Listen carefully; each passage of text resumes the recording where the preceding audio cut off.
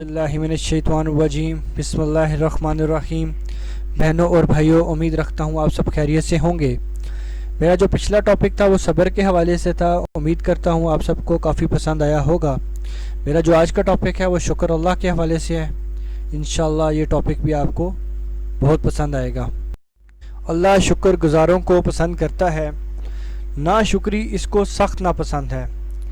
आपके पास इसका शुक्र अदा करने के बेशुमार वजूहात हैं। इसकी मिसाल देने के लिए शेख शादी शराजी एक शख्स का जिक्र करते हैं कि जो ये समझ रहा था कि वो शहर का सबसे बदकिस्मत आदमी है कि इसके पाँव में जूती ही नहीं, मगर शाम को इससे एक शख्स मिला जो दोनों पाँव से ही महरूम था।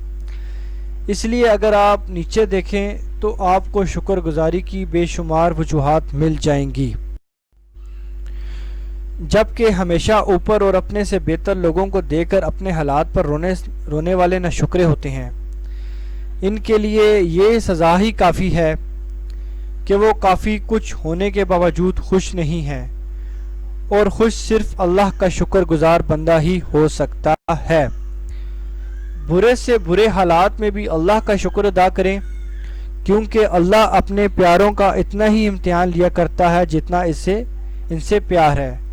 बुल्ले शाह आम नाशुक्रे इंसान की मिसाल देते हुए कहते हैं, इसका तर्जुमा मैं बयान करूँगा।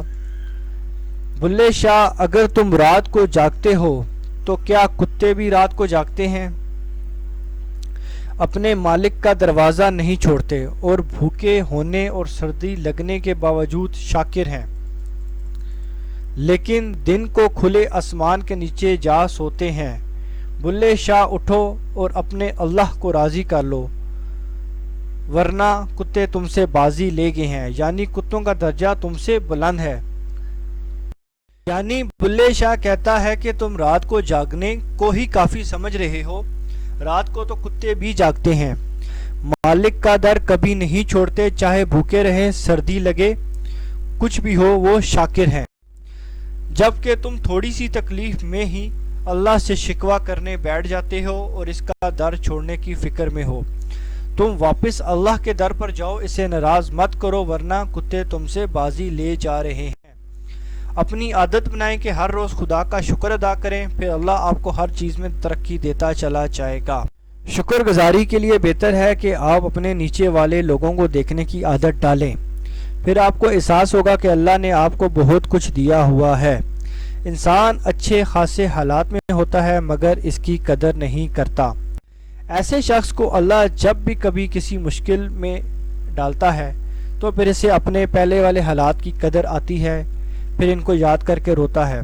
लेकिन अक्लमंद को चाहिए कि ऐसा वक्त आने से पहले अपने हालात पर अल्लाह का शुक्र अदा करें। आपके हालात जैसे भी हों, आपको चाहिए कि आप हर वक्त अल्लाह का शुक्र अदा करें, हर चीज़ पे अल्लाह का शुक्र अदा करें। इंशाअल्लाह उम्मीद करता हूँ आपको जो मेरा शुक्र अल्लाह के हवाले से है वो टॉपिक पसंद आएगा। जो मेरा नेक्स्ट टॉपिक है वो इखलाक के हवाले से है। रूहानियत में इखलाक का भी बहुत अहम किरदार है। इसी के साथ अस्सलाम वालेकुम, अल्लाह हाफिज़।